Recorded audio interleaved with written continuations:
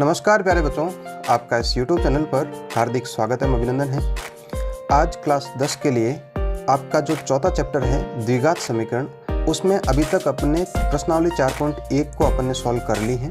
यदि आपने अभी तक 4.1 डिस्कस नहीं किए हैं या सॉल्व नहीं किए हैं तो उसका वीडियो जो है वो डिस्क्रिप्शन बॉक्स में दे रखा है, आप वहाँ से ज़रूर देख सकते हो। आज प्रश्नावली 4.2 को स्टार्ट करेंगे, जिसमें आज क्वेश्चन नंबर 1 को अपन पूरे तरीके से डिस्कस करेंगे। तो डिस्कस करने से पहले एक छोटी सी गुजारिश रहेगी आपसे कि चैनल को यदि सब्सक्राइब नहीं किया है तो सब्सक्राइब ज़रूर करें। तो देखते हैं बच्चों, क्वेश्चन नंबर 1 आपका क्या बोल रहा है। इसमें ये बोल रहा है बच्चों कि गुणनखंड विधि से निम्न द्विघात समीकरणों के मूल ज्ञात करने हैं। अब देखो बच्चों, यहाँ पर एक द्विघात समीकरण क्या होता है ये तो मैंने आपको बता दिया कि एक ऐसा समीकरण जिसमें चर की अधिकतम घात कितनी होनी चाहिए, 2 होनी चाहिए, तो उसको अपन द्विघात समीकरण बोलेंगे। लेकिन बात यहाँ पर ये आई कि इसके मूल ज्ञात करने हैं। तो बच्चों देखो, मैंने आपको द्विघात समीकरण का एक सामान्य रूप लिखाया था, तो वो लिखवाया था मैंने ax² + bx + c = 0। तो यदि आपने 9th क्लास पढ़ी है अच्छे से, तो उसमें वहाँ पर एक जो आपकी प्रश्नावली थी बहुपद, उसमें आपका इस प्रकार से आया था कि इनके शून्यक निकालो। तो जो वहाँ पर वो बहुपद के जो शून्यक थे उन्हीं को क्या बोलते हैं बच्चों, मूल बोलते हैं। मैं कहने का मतलब यह है कि चाहे तो बहुपद का शून्यक बोलो चाहे उसको मूल बोलो, ये दोनों आपके एक ही हैं। अच्छा, मैं आपको ये भी बता दूँ शून्यक क्या होते हैं या फिर मूल क्या होते हैं। तो इन दोनों का मतलब ये होता है बच्चों कि ये जो आपका बहुपद दिख रहा है, ये आपका जो समीकरण दिख रहा है, इसमें चर का ऐसा मान, क्या बोल रहा हूँ मैं, कि चर का ऐसा मान जिसको रखने पर इस पूरे समीकरण का जो मान है वो किसके बराबर आ जाए, 0 के बराबर आ जाए।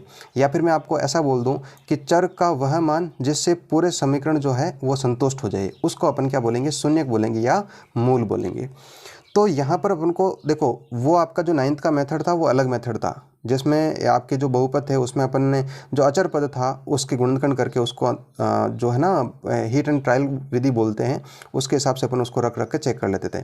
तो यहाँ पर जो आपका द्विघात समीकरण है उसका सॉल्व करने का उसका अलग मेथड है। तो देखते हैं क्वेश्चन नंबर 1, इसका अपन को गुणनखंड करना है।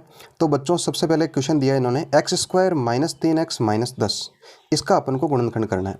तो जब भी बच्चों इस प्रकार का द्विघात समीकरण आए और उसके गुणनखंड करने हैं तो आपको क्या करना है, अचर पद क्या है, तो आप बोलोगे सर 10 है, और x² का गुणांक कितना, सर यहाँ पर तो कुछ नहीं है, तो लेकिन 1 तो है भाई, तो 1 को इन दोनों को गुणा कर लो, तो कितना हुआ, ये 10 हुआ। देखो बच्चों, ये आपका जो काम है रब का काम है। मैं एक अच्छा सा मेथड बताऊंगा, खजूर विधि है ना, उसको मैं खजूर विधि बोलता हूँ। हालांकि इस प्रकार की कोई विधि नहीं है, ये केवल अपने हिसाब से बनाई हुई है। तो अचर पद को और x² के गुणांक को गुणा कर दिया तो कितना आ गया, 10 आ गया। अब बच्चों 10 के ऐसे दो टुकड़े बनाने हैं या ऐसे दो गुणनखंड बनाने हैं, या फिर ऐसे बोल दूँ कि ऐसे दो भाग बनाने हैं कि उनको गुणा करने पर तो 10 आ जाना चाहिए, और या तो जोड़ने या घटाने पर आपका क्या आना चाहिए, मध्य पद आना चाहिए। मध्य पद क्या है, -3 आना चाहिए। समझ गए बात। तो आपको क्या करना, सबसे पहले 1 का भाग लगाना 10 में, कितनी बार गया, 10 बार। 10 को 1 से गुणा किया तो 10 आ रहा बिल्कुल। लेकिन मुझे आप ये बताओ, क्या 10 को और 1 को जोड़ने या घटाने पर आपका -3 आएगा, क्या नहीं आएगा, तो ये अपने काम का नहीं है। फिर 2 का भाग लगाया, 2 का भाग बच्चों कितनी बार गया 10 में, सर 5 बार गया। तो अब मुझे बताओ, गुणा करने पर 10 आ रहा है, 5 में से यदि मैं 2 घटा दूं या 2 में से 5 घटा दूं तो देखो -3 आने वाला है, बिल्कुल आने वाला है। तो अपने पास में ये 2 उसके गुणनखंड प्राप्त हो गए। आपको इन दोनों को लेना है। तो देखो लिखोगे कैसे इसको इस प्रकार लिखना है, x²। अब देखो -3 लेके आना है, तो बच्चों क्या करोगे, 2 में से 5 घटाओगे या 5 में से 2 घटाओगे, तो आप बोलोगे सर 2 में से 5 घटा दो, या फिर ऐसे बोल दो कि जो 5 है उसका चिन्ह अपन माइनस रख देते हैं, -5x। देखो -3x लेके आना है और प्लस का 2x लिख देता हूँ, फिर भी तो आपका -3 आने वाला बिल्कुल। तो ये मैंने इसकी जगह देखो -5x + 2x, तो ये माइनस का और ये प्लस का अलग अलग चिन्ह तो घट जाएगा, घटेगा तो -3 आ जाएगा बिल्कुल। यहाँ पर लिख दिया मैंने -10 जो लिखा हुआ था। यहाँ तक मेरे हिसाब से कोई दिक्कत नहीं होनी चाहिए। एक बार वापस समझ लो इस बात को कि बच्चों अपन को -3 लेके आना है और मेरे पास 2 और 5 दो भाग हैं या दो टुकड़े हैं या दो गुणनखंड हैं। तो -3 कैसे आएगा, सर 2 तरीके से आ सकता है। 2 - 5 कर दो तब भी -3 आ जाएगा, या -5 देखो तब भी तो यही हो रहा है, ये माइनस का और ये प्लस का देखो बिल्कुल सेम लिखा हुआ है। तो कोई फ़र्क नहीं पड़ रहा है, चाहे आप 2 - 5 लिखो या -5 + 2 लिखो, उससे कोई फ़र्क पड़ने वाला नहीं है। तो ये मैंने लिख दिया। अब आपको क्या करना है, इन दोनों में से कॉमन लेना है और इन दोनों में से कॉमन लेना है। मुझे बताओ इन दोनों में क्या कॉमन आएगा, तो आप बोलोगे सर x कॉमन आएगा। कॉमन का मतलब होता है बच्चों कि चर की ऐसी अधिकतम घात जो सभी जगह हो। तो x की बात कर ली अपन ने, x बार कॉमन आ गया तो यहाँ x बचा, माइनस यहाँ पर क्या बचा 5। यहाँ की बात करूँ तो 2 कॉमन आ जाएगा, तो 2 का भाग 2 में 1 बार, पीछे x रहेगा, माइनस 2 का भाग 10 में 5 बार जाएगा। देखो बच्चों अंदर माइनस है, यदि बार माइनस होता तो ये अंदर वाला चिन्ह बदल जाता, लेकिन बाहर क्या आपका प्लस है, तो ये हो गया। अब आपको क्या करना है, यहाँ पर भी x माइनस 5 और यहाँ पर भी x माइनस 5, तो ये लिख देना x माइनस 5, और फिर जो शेष रह गया है यहाँ पर x शेष रहा और यहाँ पर आपका प्लस का 2 शेष रहा, बराबर 0, इस प्रकार लिख दिया। लेकिन ये तो अपन के गुणनखंड कर दिए। अब ये बोल रहा है इसके मूल भी ज्ञात करना है। तो बच्चों देखो कोई भी दो संख्या है और वो गुणा हो रही है, वो और उसका गुणा कितना आ रहा है, 0 आ रहा है, तो इसका मतलब ये निकलता है कि या तो इसका मान 0 के बराबर है या इसका मान 0 के बराबर। तो अपन क्या करेंगे, दोनों को अलग अलग रूप से 0 को बराबर रखेंगे। तो x माइनस 5 बराबर 0 और x प्लस 2 बराबर 0।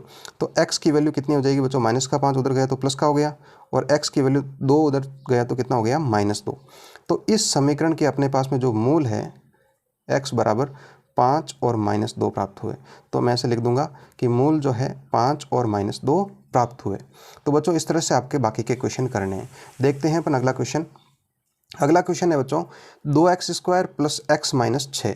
इसमें भी आपको सेम प्रोसेस करना है कि अचर पद क्या है, 6 है, x² का गुणांक कितना है, 2 है, तो 6 को 2 से गुणा कर दो, कितने हो गए, 12 हो गए, और इस प्रकार से खजूर बना दो। अब क्या करना है आपको, 1 का भाग लगाना है, कितनी बार गया, 12 बार। आपको क्या करना है, ऐसे दो टुकड़े बनाने हैं 12 के कि जिनको गुणा करने पर 12 आ जाना चाहिए। ये जोड़ने और घटाने पर, देखो x के पास कुछ नहीं है तो क्या है, 1 है, 1 आ जाना चाहिए। तो 12 और 1 को जोड़ने या घटाने पर 1 नहीं आने वाला है। 2 का भाग लगाओ तो 6 आया, 6 और 2 को जोड़ने या घटाने पर आपका 1 नहीं आएगा। 3 का लगाओ तो कितनी बार गया, 4 बार। देखो ये आ जाएगा बिल्कुल, 4 में से 3 को घटाने पर आपका देखो 1 आ जाएगा, तो है ना, ये काम आ जाएगा। तो इसको इस प्रकार लिख दो, 2x², मुझे 1 प्लस का लाना है तो इस प्रकार लिख दो बच्चों, 4x माइनस 3x, देखो x ही बचेगा, माइनस का 6।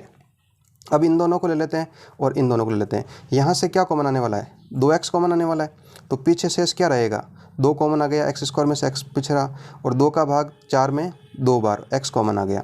यहाँ की बात करूँ तो ये माइनस मैंने लिख दिया, कॉमन क्या आने वाला है, 3 कॉमन आने वाला है। यहाँ पर x बचा, बाहर माइनस है तो आगे का जो चिन्ह है वो बदल जाएगा, प्लस हो जाएगा, और 3 का भाग 6 में 2 बार।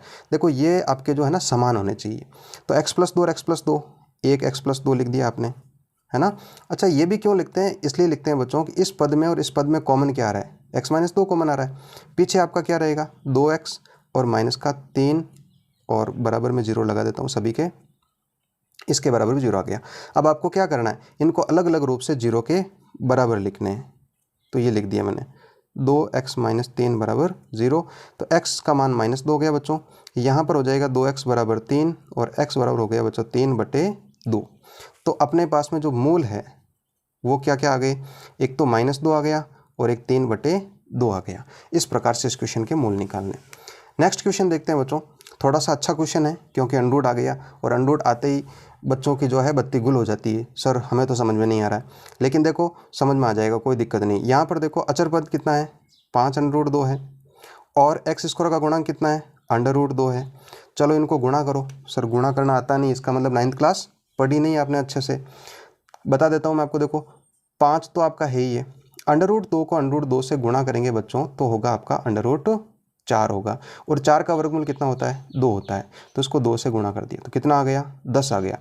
अब 10 के ऐसे दो टुकड़े बनाने हैं कि उनको गुणा करने पर 10 आ जाना चाहिए, जोड़ने या घटाने पर कितना आ जाना चाहिए, 7 आ जाना चाहिए।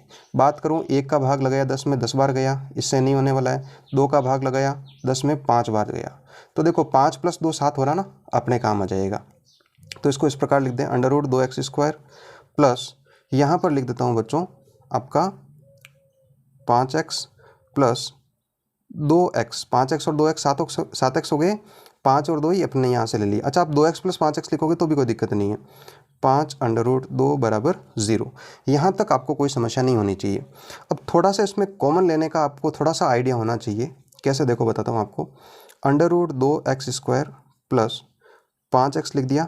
ये जो 2 है इसको बच्चों थोड़ा सा अपना सिंपलीफाई में लिखना पड़ेगा। जैसे देखो √2 गुणा √2 क्या आया था मेरे पास, 2 आया था ना। तो जब इसके बराबर ये आया तो क्या इसकी जगह में ये भी तो लिख सकता हूँ भाई, √2 गुणा √2 क्या हो रहा है, 2 हो रहा है। तो 2 की जगह में √2 गुणा √2 लिखना पड़ेगा। √2 गुणा √2 x के स्थान पर x, और ये लिख दिया 5 √2 बराबर 0। अब इनमें से कॉमन ले लो, इनमें से कॉमन ले लो। यहाँ से क्या कॉमन आने वाला है, x कॉमन आने वाला है। पीछे क्या रहा आपका √2x प्लस 5। यहाँ से क्या कॉमन आएगा बच्चों, √2 कॉमन आएगा। तो यहाँ रह गया बच्चों √2x प्लस यहाँ पर केवल 5 रहेगा बराबर 0। देखो ये दोनों बराबर आ गए, तो इनको लिख देते हैं √2x प्लस 5, और जो शेष रह गया उसको लिख देते हैं x प्लस √2 बराबर 0। बस इनको 0 के बराबर रख देते हैं। तो ये हो जाएगा √2x प्लस 5 बराबर 0, √2x बराबर -5, और x की वैल्यू हो गई बच्चों -5 बटे √2। ये तो x की वैल्यू 1 आ गई। दूसरी वाली अपन यहाँ से कर लेते हैं, x प्लस √2 बराबर 0, x बराबर हो जाएगा बेटा माइनस का √2। तो मूल मेरे पास क्या आ गए, एक तो -5 बटे √2 और एक आ गया -√2। इस प्रकार से 3 क्वेश्चन हो गए। इसके आगे वाला क्वेश्चन देखते हैं अपन। चौथा पार्ट है बच्चों 2x² - x प्लस 1/8। अब देखो इस तरह के क्वेश्चनों को करने से पहले थोड़ा सा अपन को देखना पड़ेगा कि जो इसका अचर पद है वो एक भिन्न संख्या है, तो इसको अपन सरल में बदल देते हैं। कैसे बदलेंगे, अपन एक काम करते हैं, सभी के नीचे 1 लिख देते हैं और लसाप ले लेते हैं। तो मुझे बताओ 1 और 8 का लसाप कितना आ गया, 8 आ गया। 1 का भाग 8 में 8 बार, 8 को 2 से गुणा किया तो 16x²। 1 का भाग 8 में 8 बार और 8 को x से गुणा किया तो 8x, प्लस 8 का भाग 8 में 1 बार और 1 को 1 से गुणा किया तो 1 हो गया, 0 हो गया। अब यहाँ पर 0 के नीचे कुछ नहीं तो 1 लिख दिया। वज्र गुणा कर लेते हैं, 1 का इस पूरे से गुणा करूँगा तो आपका यही आने वाला है। मैं यहाँ पर लिख देता हूँ 16x² माइनस 8x प्लस का 1। 8 का 0 से गुणा करेंगे तो क्या आ जाएगा, 0 आ जाएगा। अब समझना है बच्चों आपको कि अपने पास में अचर पद कितना है, तो आप बोलोगे सर 1 है, और x² का गुणांक कितना है, 16 है। तो दोनों को गुणा करने पर 16 प्राप्त हुआ। 16 के 2 ऐसे टुकड़े बनाने हैं कि उनको गुणा करने पर 16 जाना चाहिए और जोड़ने या घटाने पर आपका -8 आ जाना चाहिए। तो 1 का भाग लगाया 16 बार, ये तो नहीं होने वाला है। 2 का लगाया 8 बार, तो ये तो नहीं होने वाला है। 3 का भाग आपका जाएगा नहीं। 4 से लगा देते हैं 4 बार। तो देखो बच्चों 4 और 4 8 हो रहे हैं ना आपके, बिल्कुल हो रहे हैं। तो इसको इस प्रकार लिख दो 16x²। देखो बच्चों ये माइनस का 8 है तो कैसे होगा, -4 और -4 तब -8 होंगे। तो आपको भी ऐसा लिखना पड़ेगा -4x प्लस 1 बराबर 0। ठीक है बच्चों, इन दोनों को ले लेते हैं और इन दोनों को ले लेते हैं। इनमें से क्या कॉमन आने वाला है, 4x कॉमन आएगा। आप यदि आपको कॉमन लेना नहीं आता है तो आप कमेंट करके ज़रूर बताएं, मैं आपको अलग से एक छोटा सा वीडियो बनाकर बता दूंगा कि कॉमन कैसे लेते हैं। चलो तो यहाँ से 4x कॉमन आ गया, तो 4 का भाग 16 में 4 बार, x² में x का भाग गया तो x बार, माइनस 4x पूरा कॉमन आ गया तो यहाँ पर 1 बचा, यहाँ पर ये माइनस। इन दोनों में से बच्चों कुछ भी कॉमन नहीं आता तो क्या लेते हैं, 1 कॉमन लेते हैं, और 1 का भाग इस पूरे में 4x बार, बाहर माइनस है तो अंदर का चिन्ह बदल जाएगा। 1 का भाग 1 में 1 बार बराबर 0। 4x - x 4x - 1, इनमें से आप 1 लिख दो। पीछे जो बच गया है 4x - 1 ऐसा लिख दिया बराबर 0। अब अपन क्या करेंगे बच्चों, दोनों को 0 के बराबर लिख देंगे। 4x - 1 बराबर 0। तो 4x बराबर 1 उस तरफ जाएगा तो प्लस का हो जाएगा।